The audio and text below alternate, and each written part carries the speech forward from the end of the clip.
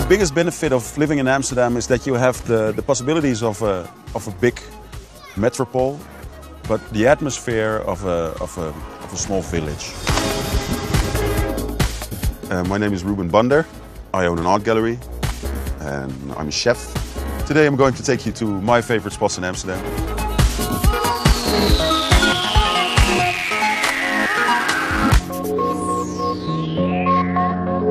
We are standing on the southern church tower. And behind this tower I grew up, and the house right over there is my parents' house, it still is. And now I live like 100 meters that way.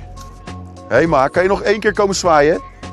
Yeah, you can see my ma waving right over there and yelling. Hi! Hallo kids! Amsterdam is built up through canals. And within the first canal, that's the area where we are right now. So it's the oldest part of the city. What really keeps me here is I know every inch, every stone of it. I think I do, but I still, after 25 years, I still discover things when I'm walking around here.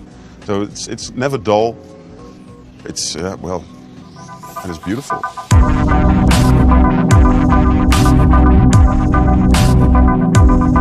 Well, we are now in the center of the Newmarkt area, the actual Newmarkt. You can see it's one of the oldest parts of Amsterdam. If you look at the houses and everything comes together here. And now we're gonna have my first coffee of the day. We're gonna do that at Latijs, my favorite coffee bar. It's just around the corner. So let's go. You have the best coffee in Amsterdam. You can have that here. You can have very nice sandwiches and fruit juices and everything. And the fun fact is that you can buy everything here, what you see. So this vase or this table or this chair or all the lamps that you see on top of the ceiling, and everything is for sale. This is one of the most beautiful parts in Amsterdam because of the diversity. With lots of shops for clothing, coffee bars, sandwich shops, and Chinatown as well. There's happening stuff here all the time. It's fun. So here's where I drink my coffee, but if you're looking for something stronger, like Geneva, you can go to the best Geneva bar in town, which is just around the corner. This is a Geneva bar called in the Olofspoort, in one of the oldest buildings in Amsterdam. They have more than 60 Genevas here. So in combination with this old building, to drink this really old classical Dutch distillate is, well, it's fun. It's nice to drink it in an environment like this, like a brown cafe, where nothing really has changed for the past 400 years, except for electricity and stuff.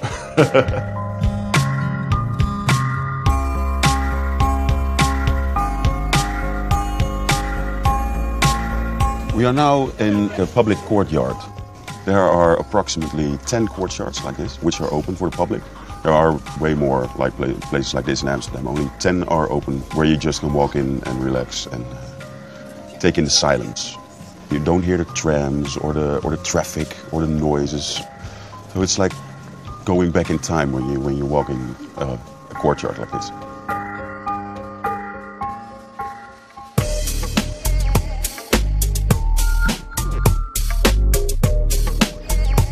We are now here at an old steam mill factory. They have built a cultural center in it. So you have theater, you have exhibitions, you have a very nice restaurant, cafe, some kind of supermarket dish.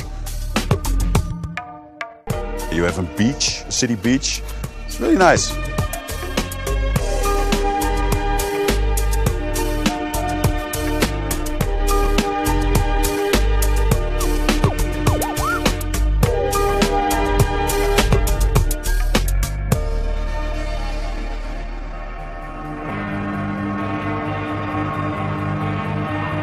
This is the way I want to spend my summer, because from the water, Amsterdam is even more beautiful than when you're walking down the street. There are multiple choices you can have, like this one beside us, or you can rent a boat yourself, if you know how to handle one. We are now going to a restaurant, and we're going to have a small boat ride and then have dinner.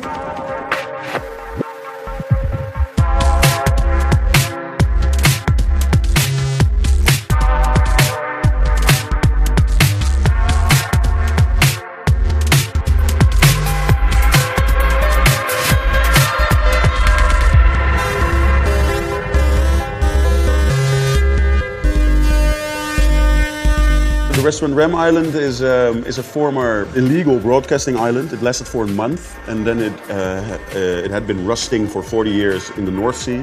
And then they dismantled it and put it back together here in Amsterdam. It's a really nice, easygoing, French-orientated restaurant. Food is good. It's not too expensive, and the view is amazing. After we're done eating, we're going to the Club Trouw, which is, I think, the best club in Amsterdam. It's in an old building where they made newspapers until 10 years ago or something. Then it was empty for a couple of years, and then they built a club in it. It's big, and it has the same atmosphere as Rem Island. It has its raw edges. And well, during the Amsterdam Dance Event in October, if you go there, you have the biggest headliners. I can recommend it. If you want to get to know Amsterdam, take a week. Not a day or 2 days, just come by and have a good time. So, I'm going to have a party, and maybe I'll see you at the Trouw. So, goodbye.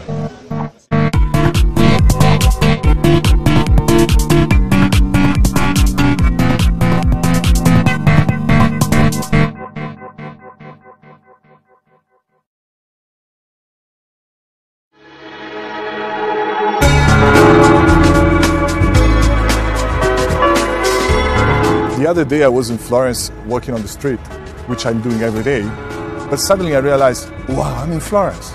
That's what Florence is giving to me. Everything amazes me a little bit more.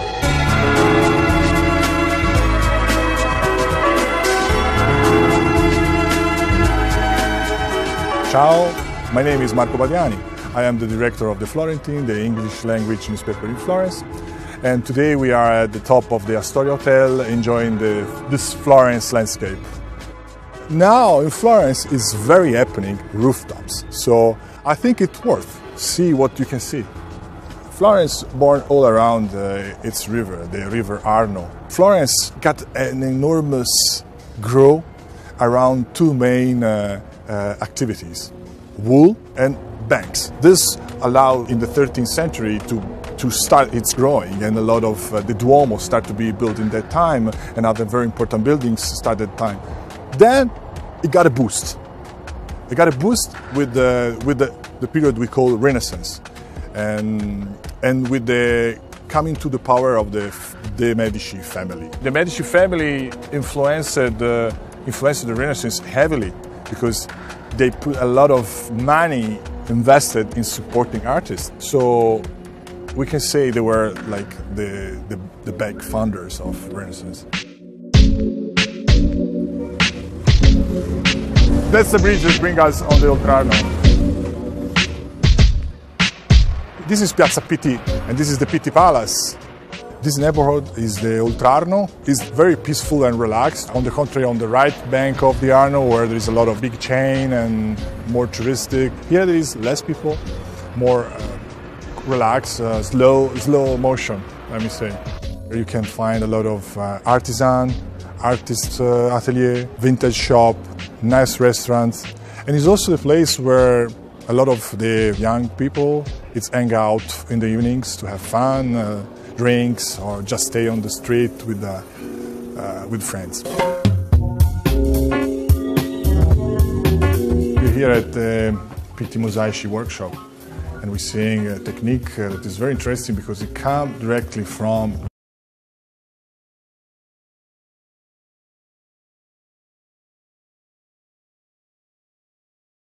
were building their chapel behind San Lorenzo. It's based on a semi-precious and hard stone inlay technique. So it's like a little bit seeing people from the Renaissance working.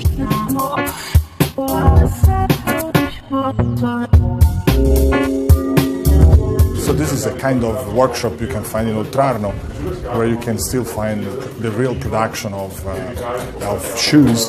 So if you have strange food or strange taste or luxury taste, you can bespoke your shoes, and they handmade. They take the shape of your foot, keep in archive, so it will be always for you. And you decide the leather, the color, the shape, what you want, and you have your unique pair of shoes. This is really something Oltrarno style.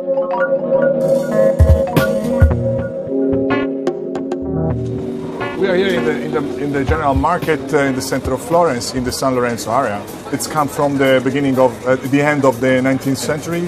People meet at the market. I'm going to have it. Very good. Grazie, arrivederci.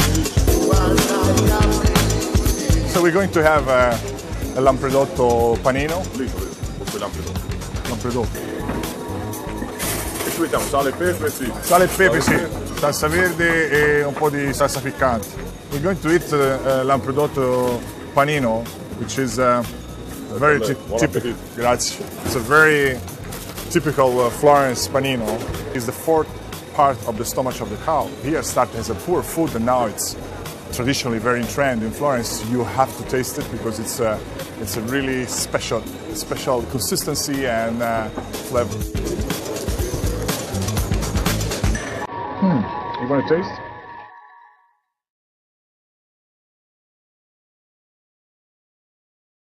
Here we are inside the Santo Spirito, a church designed by Filippo Brunelleschi. It was maybe one of the first building built starting from a floor plan, and because Filippo Brunelleschi, we can say,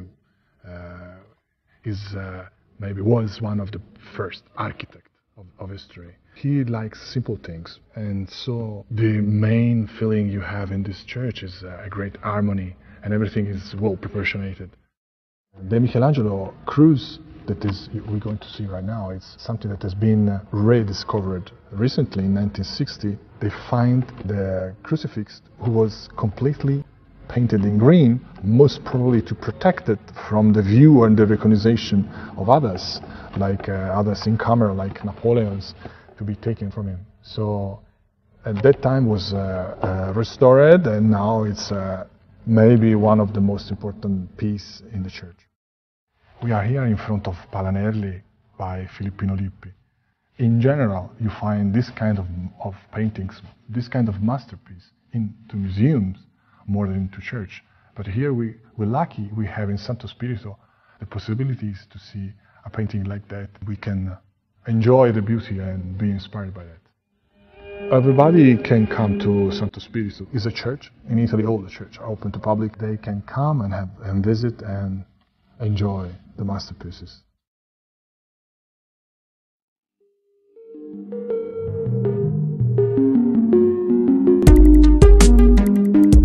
Behind us we have the Vasari Corridor, one of the masterpieces in Florence.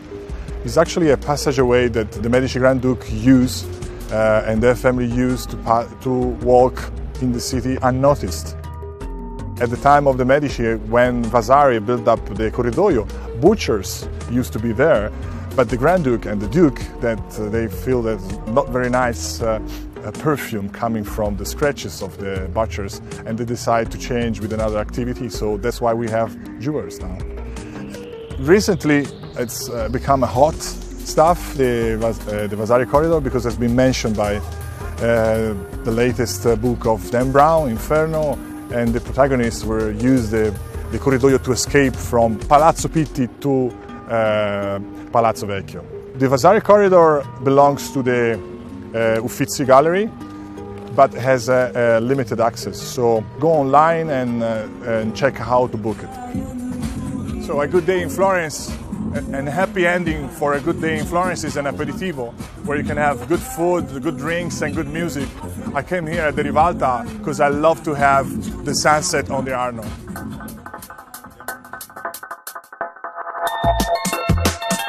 The aperitivo is like an happy hour, but with food.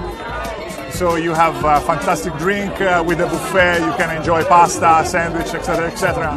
And you can have in Florence in many bars. Every corner of Florence offers different aperitivo. It's a very nice night out you can have with your friends.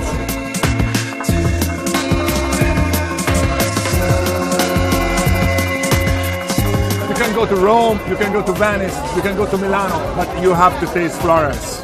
Ciao.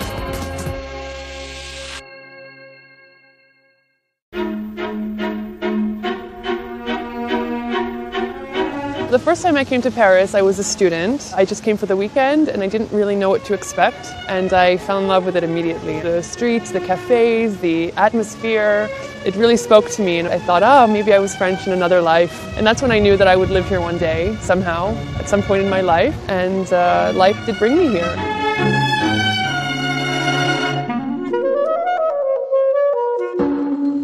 My name is Kasia Dietz, and I'm a handbag designer. I also write a blog called Love in the City of Lights.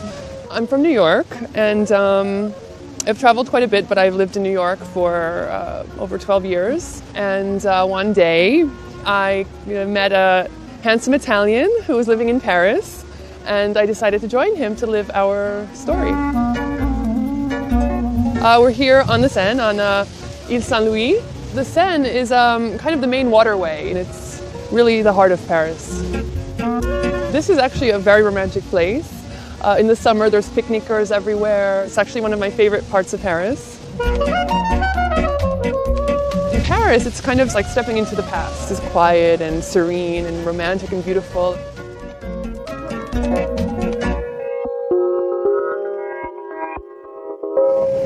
We're now at the Marché Saint-Ouen, which is actually the largest flea market in the world. We're at the Vernaison, which is the oldest of the markets. Out of the 15 that are here, this one has the oldest treasures. This market's very known to have a mix of various items, making it one of the most traditional markets. There's all sorts of treasures to find in the 3,000 some odd stalls and shops that are here. You could spend your day lost amidst all this history and all these beautiful antiques.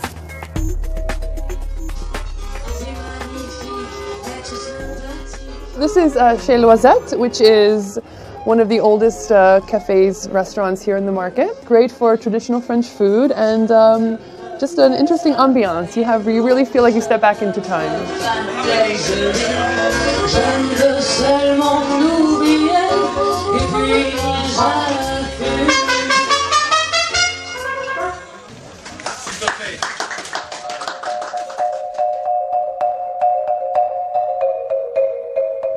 We're now in Place de la République. It connects three great neighborhoods of Paris. So we're just on the border of the North Marais where I live and where I'll happily give you a tour.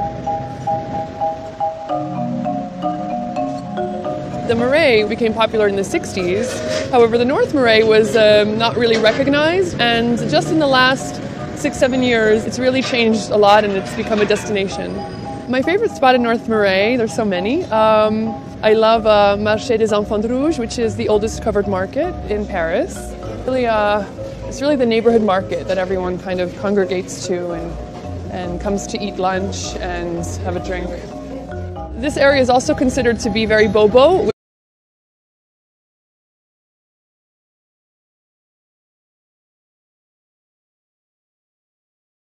Bourgeois bohème. Bourgeois bohème is a term that is used to identify kind of a certain type of Parisian who's both bourgeois, which is the more kind of upscale, elegant, and the bohème, which is the artist. Ça va? Ça va bien. Qu'est-ce qui se passe? This store is one of the places that I think about when I think of North Marais and kind of the feeling of the North Marais. It's art and fashion coming together. This store also chose my bags as part of his select group of artists displaying their work here, since some of my bags are hand-painted and all of my bags are wearable art, you could say. We're now at Merci, which is a great concept shop in the North Marais. They created a little world here, and all the proceeds go to charity, so that's the concept. It's very philanthropic.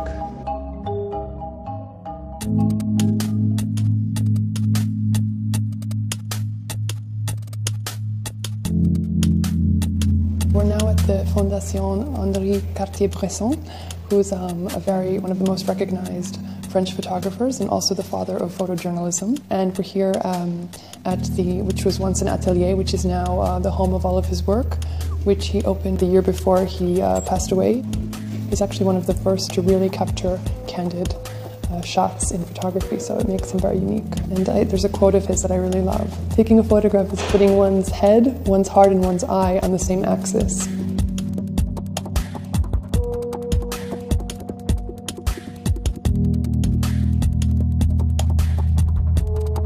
So Paris is the city of love. For many reasons. The architecture, the buildings, it kind of speaks of these stories of history, and it's actually embraced to walk with somebody, and it has the setting for romance.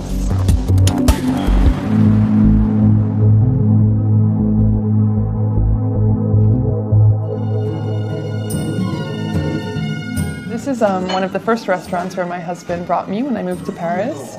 So I have great memories of it, and we like to come here often for romantic evenings.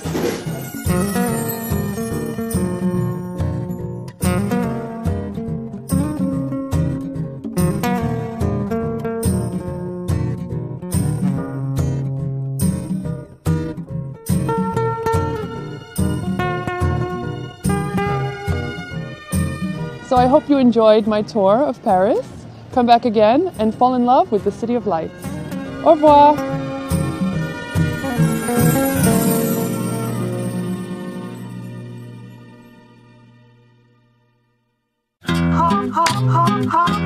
St. Petersburg is definitely not like any other city in Russia. It is very special. It's so European from one point of view, and at the same time it keeps its Russian soul. My name is Anastasia, I'm a film director. I work on the local TV channel here. We're discovering the city every day. We're shooting the stories about the city, about the characters of the city, and I hope I can share some of these stories. Rooftop is a special thing for anybody who lives in St. Petersburg. We all are striving to get to the rooftop and see the city from this bird's view. And well, there are many rooftops that are hidden, like you don't know the ways, but everybody has its own way. On the way to the roof, there are always some discoveries. You never know what you're going to find there. That's nice to investigate and find it.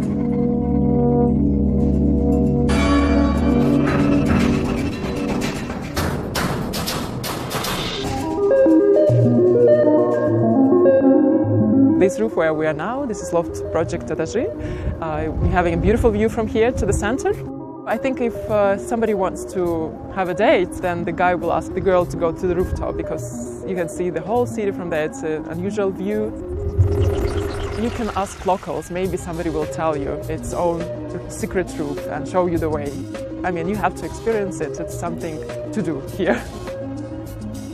This city still has the reflections of the Soviet Union time. You still can feel it. Now it's a new age, so you can feel both of it. You can feel the history that was during the Bolsheviks' time. You can feel the history of the Tsar's time, and now the new generation came. It's more like European, they're more liberal, they're more open to new ideas.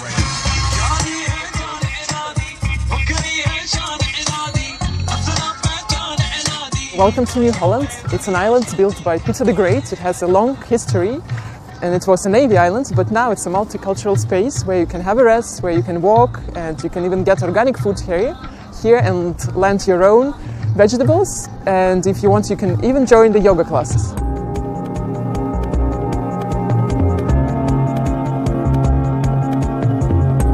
Another special thing to do is to see the city from the river view. You can choose the boat that you prefer, but we decided to skip the touristic boat and come to a charter boat.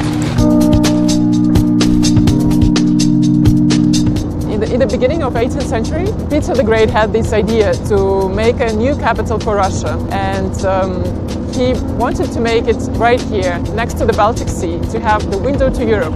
He was inspired by Amsterdam with its channels, and he loved Holland so much. He wanted to use all of this experience, European experience he had. And his friends were telling him, and all the people around were telling that you're crazy, you can't make a city here because it's a swamp. Still, he built the city, and it was 320 years ago. I think Peter the Great probably was the most charismatic character in our history. And even if we understand now that maybe he was so cruel and maybe it was too much the way he made all his reforms, still I think we love him and we respect